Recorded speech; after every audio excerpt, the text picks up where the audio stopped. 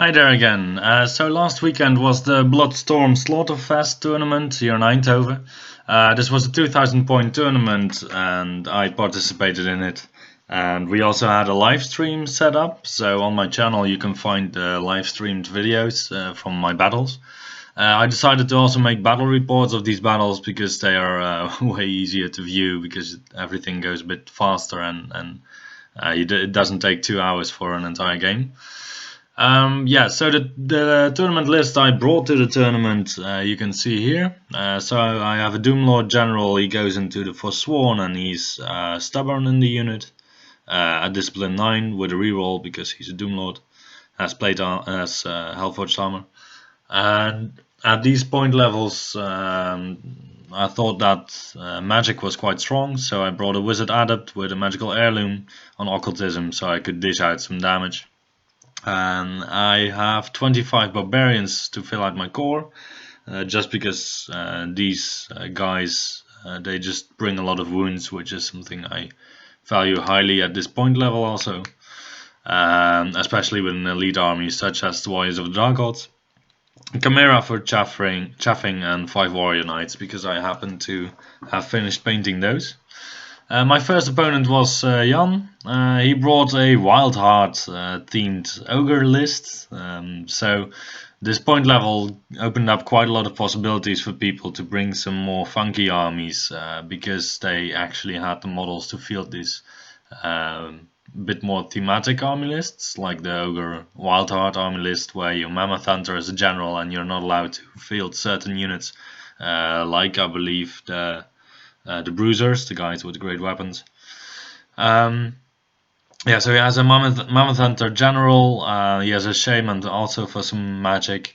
Then he has a unit of Sabertooth Tigers. These actually have 2 wounds each and 3 attacks per tiger. So they make for a very nice core unit in which the Mammoth Hunter can go for quite a cheap point value. Then he has the obligatory block of Tribesmen, 2 Yetis and a Frost Mammoth with an Ogre Crossbow. So here you can see some pictures of my Warriors of the Dark Gods army for this event. The warriors that you can see in the picture were actually replaced by a unit of Barbarians.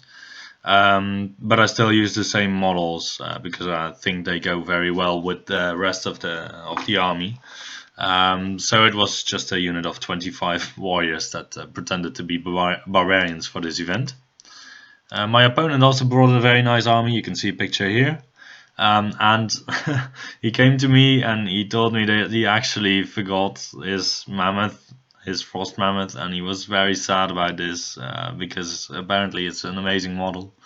So we had a great green idol that serves as a stand-in for the frost mammoth. So in the end he was still able to play with it. Into the battle we go. My opponent had to choose stable side, so he chose the top side. I forced him to deploy first. And my first deployment is the Chimera into the lake. I didn't really want to have my infantry end up around this lake and around the ruins that are a bit more to the north. And then, for my second deployment I'm debating a little. But I figured that the Forsworn are going to be the unit that I'm more certainly going to want in the middle of the field, basically, because I believe that they're going to handle anything that my opponent can throw at them, really. And then the Barbarians, they go a bit to the left, opposing the impossible terrain, in such a way that they can still make a choice between going to the left of it or to the right of it. And at this point my opponent was debating whether to put the Saber Tusks on the left or on the right. I would have had it, I preferred it to have him have his Saber Tusks on the right flank actually. But he ended up putting them on the left. And then I finished my deployment putting the Warrior Knights on the right all the way because I figured that they would outrange his tribesmen. I wasn't too unhappy with my deployment in this way, and then he vanguarded up with the Saber Tusks. Then he did this Vanguard deployment, so as you can see he moves up the Yetis to be outside of my arc for the Barbarians, and he also moves up his Saber Tusks.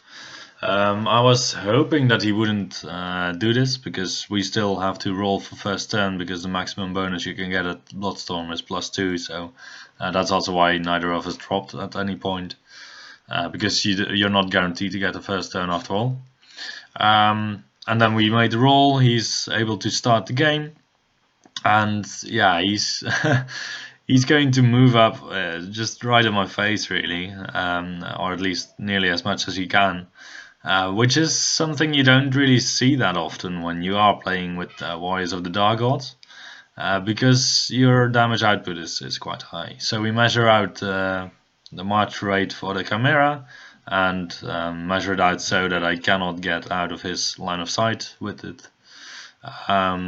He moves up the 80s to the flank of my Barbarians, and then he moves up the Saber Tusks within charge range of my Barbarians. But I'm not too confident about this matchup, because my Barbarians stay strike last after all, and he with the Hunter he's able to widen the frontage of his saber-tooth tigers.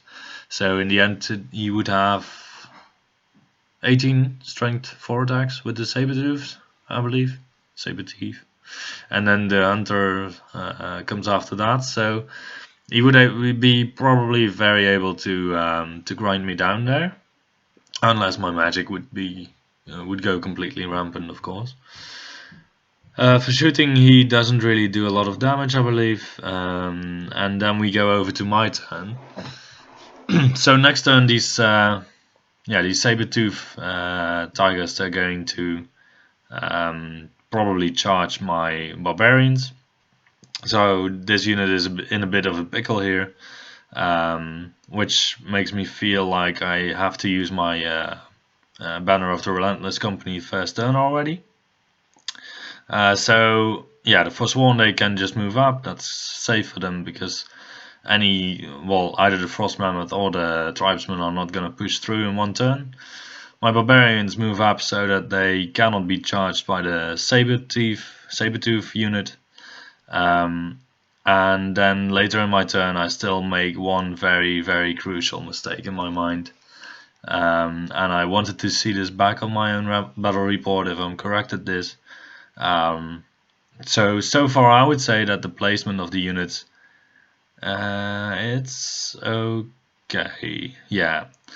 But this is the step where I go wrong. I put my Chimera just right on the spot on the bottom of the table. Well, previously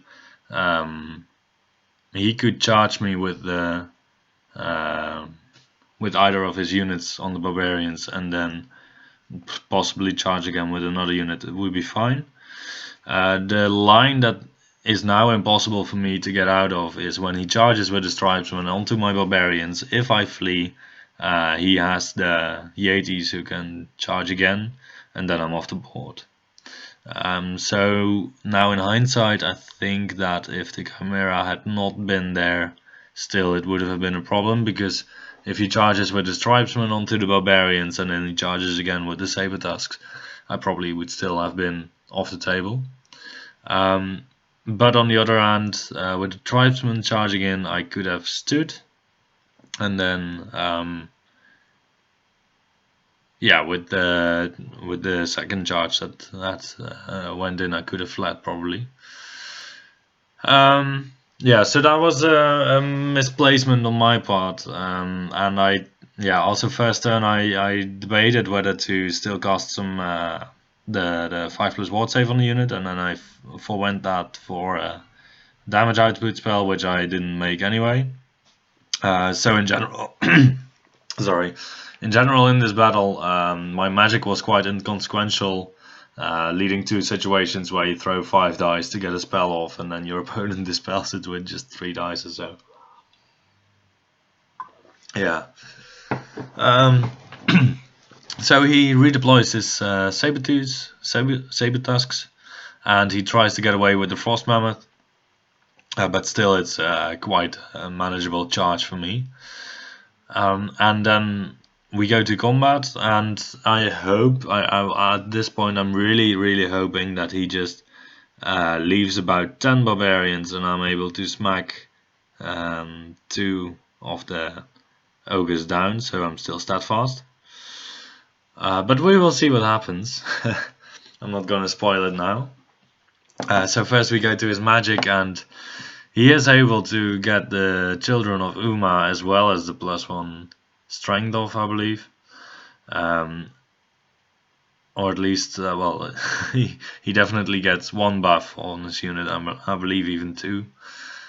And then he just goes to town. So the impact hits knock down a couple of barbarians, the attacks knock down a couple more, and then the Yetis, they do the same to the unit. So by the time the Yetis have struck, I already lost about 7 models. Then the ogres themselves, they come. This is the roll where he is going to hit. This is the roll where he's going to wound. And you can just see me removing most part of the unit, and then we still get some stomps at the end of the combat. So he is able to wipe out a lot of my unit. Unfortunately, I'm not able to get rid of 2 full ogres. That would be a very demanding task indeed, because I only have 10 attacks. I do hit on 3s and I do wound on 2s, so it is possible. It would have been possible. But yeah, the next thing is something that I was fearing a lot for. Yeah, so I take my break test, and at Bloodstorm we still have the rule that on a double 1 you have insane courage, for those who remember this.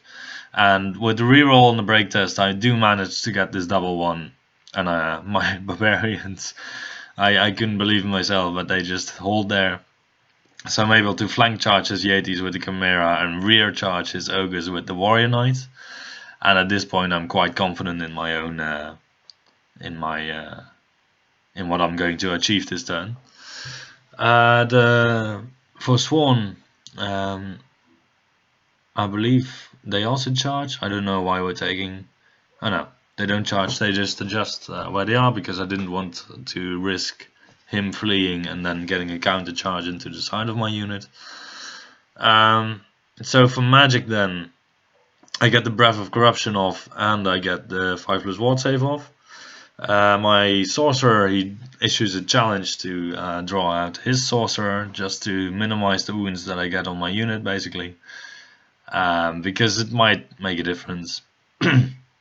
But in the end, my Breath of Corruption doesn't do any wounds, my sorcerer doesn't do any wounds, and my opponent is able to smack my sorcerer down in 1 clean go with his sorcerer. So that was a bit unfortunate. And then we go to the rest of the combat. So the Warrior Knights, they charge in with their lances, and they kill, I believe they do like 4 or 5 wounds only. So that was a bit disappointing. And then we have the Chimera, does just 2 wounds also or something. So I would say that I'm underperforming in my rolls a little bit here. But well, shit happens, of course. Then my opponent is gonna strike back, and I was well, he clears the barbarian unit just to the man. The sorcerer is at this point still alive. I believe he's gonna die due to the stomp of the shaman. His ogres, they strike back at warrior knights, and this was very annoying to me that he was able to smack down 2 of my knights, even though I have a 1+ armor save that becomes a 2+. Due to his strength 4. Yeah, so yeah, without this last knight dying, I would have won the combat. Now it was instead a draw, and yeah, we are just happily standing there. But he is a bit more happy in this situation than I am, and he decides to push a bit more towards me. But he didn't want to risk charging into my Forsworn unit, which I can very well imagine. So he just, yeah, he moves up a bit, quite cautiously. And otherwise we just continue in the combat that's been going on. So yeah, my idea was that still I could win this combat at this point. because I'm still in the rear of his ogres, and he only has 1 wound that he can do to my sorcerer. He doesn't have a lot of static combat res, because he just has a banner in the unit. I'm still in the rear, so I still, in terms of combat res, I'm higher up the ladder than he is. And also for the Chimera and the 80s, I'm in his flank, so he can do 1 wound on my sorcerer. Once he does that, the combat becomes separated into 2 separate combats, and then he doesn't get the rear charging bonus of the Yetis anymore. But I believe that in this case, where we have generated 2 separate combats, the wound on the sorcerer counts actually for both combats. So we continue the smacking, and I get to remove a bit more Yeti flesh. But he also puts a wound on my Chimera. And then in the other part of the combat, he strikes at my knights again. And unfortunately, I lose 3 wounds here. That was amazing. 3 wounds. I really didn't see that coming. I really wasn't hoping for that. But sometimes this stuff can happen, obviously. Yeah, so the situation with Warrior Knights was a bit of a sad one for me. They have greed, so for the second round of combat I chose great weapons because I thought that my opponent would not be able to do a lot of wounds to me. In the end, he has 9 attacks, he hits me on force, he wounds me on force normally. I believe they had some spell on them, but still, it shouldn't have been not the amount of damage that he did. Because, yeah, it should have been like 2 wounds, 3 wounds maybe at max. And then with my 2+ armor save, it goes through 3+ because of his AP1. I should have taken maybe a wound, but even then, maybe a wound. And instead I take 3 wounds, as we saw. So, yeah, choosing great weapons also means that on the strike back I only get 3 attacks instead of my anticipated 7 attacks. Yeah, that hurt. That hurt a big deal. So I was hoping that I would just break the unit this turn, and then instead I get this situation where my unit is just completely mauled. Yeah, so in my turn, the turns go a bit quicker for me now because I don't have any magic either also now. So the Forsworn, they charge into the Frost Mammoth, and they're quite confident at being able to beat it. He does kill one of my Forsworn, so he does 1 or 2 wounds. Then the Doom Lord, he just takes out his great weapon and he strikes on the Frost Mammoth, and he inflicts about 4 wounds, I believe. So that Mammoth is quite unhappy indeed, and he flees the field. My opponent still thinks it's necessary to to get rid of my last Warrior Knight with a charge in the flank with his Hunter and Sabertooth unit. I believe it's mostly because the unit, he could have turned it towards my Forsworn, but well, he wasn't really confident at charging actually this unit with his Sabertooth Tigers, which I can completely understand because my 2+ armor save goes to a 3+ armor save, and then he gets a lot of hits back on his precious dogs. Yeah, so in combat, yeah, long story short, he's able to get rid of my Warrior Knight. And still the Chimera and the Yeti are bashing it out. Yeah, that was also a combat that I had hoped to be able to finish quicker. But in the end, well, it also took a long time, and I took some wins on my Chimera. Yeah. So here in my turn, the Chimera he prepares for a rear charge on the Sabertooth unit. The Sabertooth unit is coming towards me, towards my Forsworn, and then in the magic phase, I believe he just puts a buff on his Sabertooth unit, but I can accept that because he has 2 spells. One of them is going to go through normally, so it's certainly logical that he will get a buff on it. And then in my turn, I try to charge in the Forsworn together with the Chimera. The Chimera, he has plenty of movement to make the charge. However, my Forsworn, they roll really low in the end, and they don't make it into the unit. So yeah, that was a bummer. That was really a bummer, because probably together with the Forsworn, I was hoping that the Chimera might even just survive for a single round, being on his last wound, and then he would have supplied me with a rear charge. And then he would have probably done a wound, so it would cancel against the wound that my opponent would have been able to do. So it would just give some extra combat rest. Now in this situation, I'm just sacrificing my Chimera for no real good. Yeah, so at the end of the battle, my opponent still charges into my my Forsworn unit. In most tournaments, this would not be advisable, because it might very well decrease the difference in victory points between us. In this tournament, however, you only look at the amount of victory points that you score as a player yourself, so you don't look at the difference. So it's not interesting to know how many victory points your opponent actually scores. So my opponent just went for the lucky shot and tried to kill my Forsworn unit, maybe, possibly, or my general. And our generals, they clash in an epic battle in the, well, not really in the middle of the field, but nearly in the middle of the field. And they decide to settle their differences in a duel.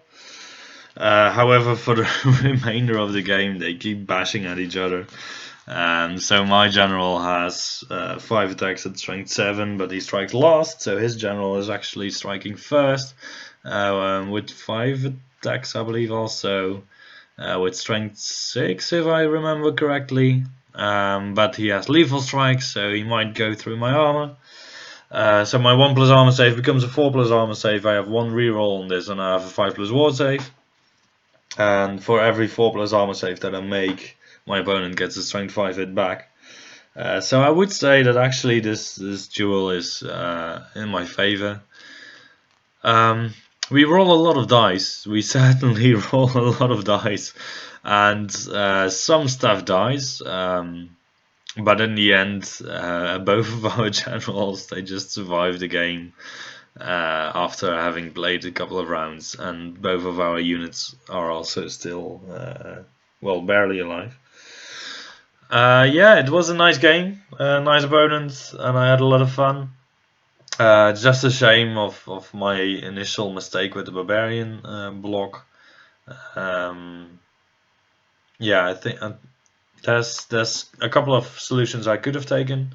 One of them, and I think the best one, would have been to just march out the Sorcerer, use the banner of the Relentless Company, which also sets the march rate for my Sorcerer to 15 inches, and just march him all the way to the right, outside of range of his Ogre crossbows. And yeah, for the Barbarians, yeah, maybe just reform them, move a bit away, just get them out of out of harm's way, really, and just rely on the Forsworn and the Warrior Knights to carry the day. That would have been probably the better play here.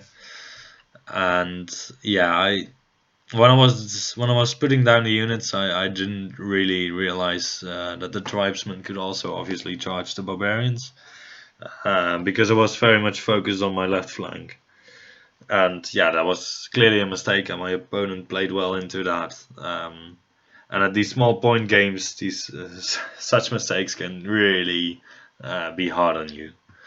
Anyway, thanks for watching, and hopefully see you back for the video in the next round.